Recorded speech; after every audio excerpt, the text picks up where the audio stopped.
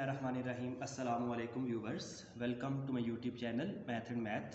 आज हम सॉल्व करने जा रहे हैं exercise 13.1 question number 1 in this video. तो इसमें आपके पास याद रखना है आपने 6 ट्रिग्नोमेट्रिक इन्वर्स फंक्शन हैं, sine inverse, cos inverse, tan inverse, cosecant inverse, secant inverse और कॉट इन्वर्स। 3 डायरेक्ट हैं, साइन इन्वर्स, कॉस इन्वर्स और टैन इन्वर्स। इन तीनों के इन्वर्सिस कैलकुलेटर में मौजूद होते हैं। यहाँ पर मेंशन है विदाउट कैलकुलेटर आपने करना है, लेकिन क्योंकि ये क्वेश्चन एमसीक्यूज़ में आते हैं इसलिए मैं आपको रिकमेंड करूँगा कैलकुलेटर यूज़ करें। और देख रहे हैं आप 3 हैं, साइन इन्वर्स, कॉस इन्वर्स और टैन इन्वर्स। तो ये जो 3 हैं ये डायरेक्ट हो जाते हैं। आपके सामने लिखा हुआ है साइन इन्वर्स, कॉस इन्वर्स, उसके बाद कॉस इन्वर्स है, फिर tan inverse, cos inverse, tan inverse. जहाँ पर कॉट आए यानी कि जो 3 मौजूद नहीं है, कॉट इन्वर्स की बजाय आपने लिखना है टैन इन्वर्स और जो अंदर है उसको उल्टा कर देना है 1/-1। इसी तरह ये है कॉसिकेंस इन्वर्स। कॉसिकेंस इन्वर्स के बजाय आपने लिखना है साइन इन्वर्स और जो अंदर लिखा हुआ है उसको इन्वर्ट कर देना है √3/2। बाकी सारे के सारे क्या हैं, डायरेक्ट हैं। इसी तरह अगर सीकेंट इन्वर्स आ जाता तो सीकेंट इन्वर्स में आपने कॉस इन्वर्स लिखना है, जो अंदर वाला है उसको आपने इन्वर्ट कर देना है। पहला काम ये करना है कि 3 डायरेक्ट हैं, साइन, कॉस, टैन। कॉट, कॉसिकेंस और सीकेंट जोन से हैं उनको आपने चेंज करना है, कॉट को टैन में, कॉसिकेंस को साइन में और सीकेंट को कॉस में, और अंदर वालों को इन्वर्ट कर देना है। बाकियों को आपने डायरेक्ट लिखना है। सेकेंडली आपने अपना कैलकुलेटर रखना है रेडियन में। आप टॉप ऑफ द कैलकुलेटर देख रहे हैं डी लिखा आ रहा है, उसके आगे आर होता है। तो कैसे आप कन्वर्ट करते हैं, आप प्रेस करते हैं मेन्यू का बटन, आप प्रेस करेंगे शिफ्ट के साथ सेटअप, शिफ्ट प्रेस करेंगे, फिर ये सेटअप का बटन प्रेस करेंगे। यहाँ पर लिखा आता है एंगल यूनिट, यहाँ डायरेक्ट रेडियन का ऑप्शन आ रहा होता है। मेरे पास लिखा आ रहा है एंगल यूनिट। अगर आपने एंगल यूनिट चेंज करने हैं तो 2 प्रेस कर दें, 2 प्रेस करेंगे, आगे आएगा डिग्री, रेडियन या ग्रेडियन। तो हमने क्या रेडियन पे जाना है तो हम क्या प्रेस कर देंगे 2। तो आपके कैलकुलेटर के टॉप पर आप देख रहे हैं जहाँ पर डी लिखा आ रहा था वहाँ पर अब आर लिखा आ रहा है। तो अब आपने करना जस्ट ये है कि शिफ्ट में साइन इन्वर्स का आंसर फाइंड करना है।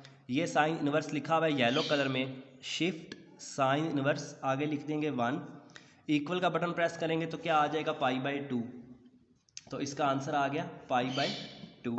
इसी तरह आगे लिखा हुआ है sign inverse -1, shift sign inverse -1, equal का बटन प्रेस करेंगे तो -π/2, -π/2 90 के इक्वल होता है। इसको आप 3π/2 भी लिख सकते हैं। -90 और 3π/2 सेम होते हैं, तो आप लिख सकते हैं ये भी आंसर ठीक है, ये भी आंसर इसका ठीक है। एमसीक्यूज़ में जो ऑप्शन आ रहा हो उस पर आपने लगा देना है।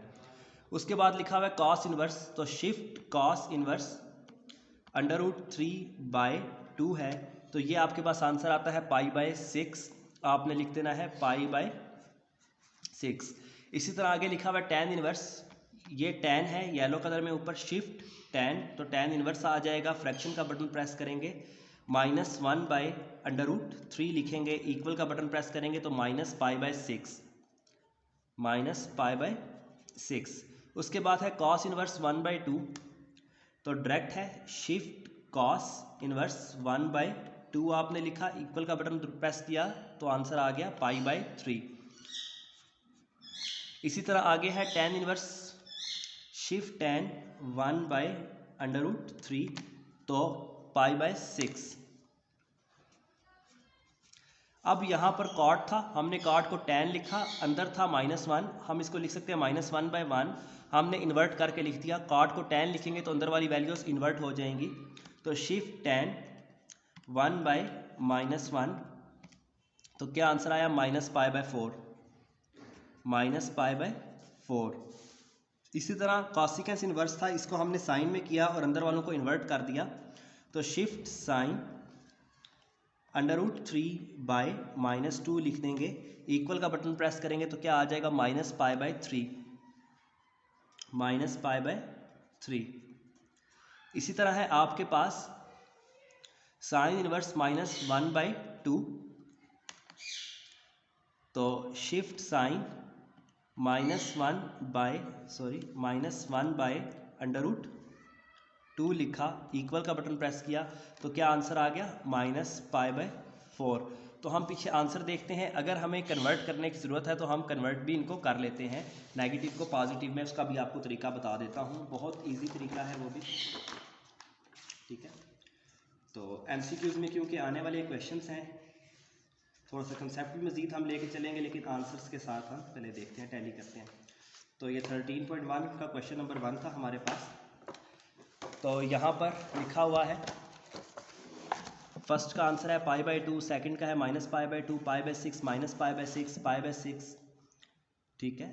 फिफ्थ का आंसर है हमारे पास π/6। हम दोबारा से चेक कर लेते हैं, फिफ्थ में हमने गलती तो नहीं की। तो शिफ्ट cos 1/2, तो ये आता है π/3, यानी कि फिफ्थ का पीछे आंसर गलत है, π/6। सिक्स का आंसर है π/6। सेवन का आंसर है हमारे पास 7 का 3π/4 लिखा हुआ है, इसको हम चेक कर लेते हैं, यानी कि 7 का आंसर आ रहा है 3π/4। इसको हम नेगेटिव ख़त्म करेंगे, पॉजिटिव में कर लेंगे। उसके आगे है -π/3 और -π/4, बाकी सारे आंसर्स ठीक हैं।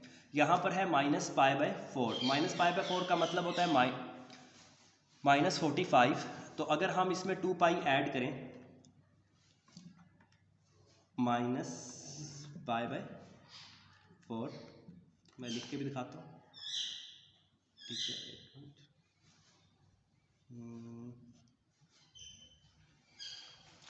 3 × 180।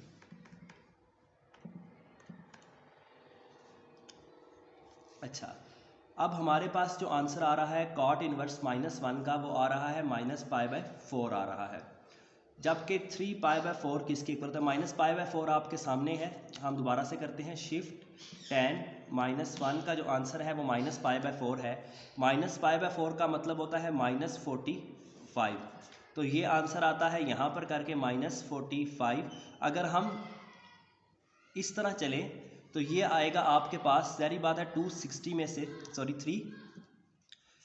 में से माइनस करेंगे 45 को, तो आपके पास एंटी क्लॉकवाइज एंगल आ जाएगा, यानी कि 360 - 45 किया तो ये आता है 315। जबकि जो बुक के एंड पर गिवन है ये दोनों आपस में इक्वल है। बुक के एंड पे 3π/4 है, यानी कि 3 × 180 / 4, तो ये 135 है, यानी कि ये वाला आंसर गलत है। आप इसको यही लिखेंगे, बुक के एंड पर आंसर इसका गलत है। तो दो आप क्वेश्चंस ऐसे थे जिनका बुक के एंड पर आंसर गलत है, एक ये वाला और एक ये वाला, ये दोनों हमने क्रॉस चेक कर लिए, हमारे इनके आंसर्स ठीक हैं। और सिंपल प्रोसीजर है, आपने जस्ट कैलकुलेटर को रेडियन में रखना है, उसके बाद आपने जो 3 है वो डायरेक्ट है, साइन कॉस और tan इन्वर्स डायरेक्ट लिखने हैं, जबकि कॉट हो तो इन्वर्ट कर देना है, कॉसिकेंस हो तो इन्वर्ट कर देना है, इसी तरह सीकेंट हो तो इन्वर्ट करना है। सीकेंट क्योंकि यहाँ पर मौजूद नहीं था इसलिए यहाँ पर कॉट और कॉसिकेंस किया। अगर अलग से कोई एग्जांपल आती है तो उसमें भी यही तरीकाकार होगा, कॉसिकेंस को साइन में, जबकि अगर आपके पास सीकेंट इन्वर्स आ जाए, कुछ भी लिखा हो a/b, तो उसको कॉस इन्वर्स में अंदर वालों को चेंज कर देना है, लिखेंगे कैलकुलेटर को रेडियन पर रखते हुए और आपके पास आंसर आ जाएगा। मिलते हैं नेक्स्ट वीडियो में।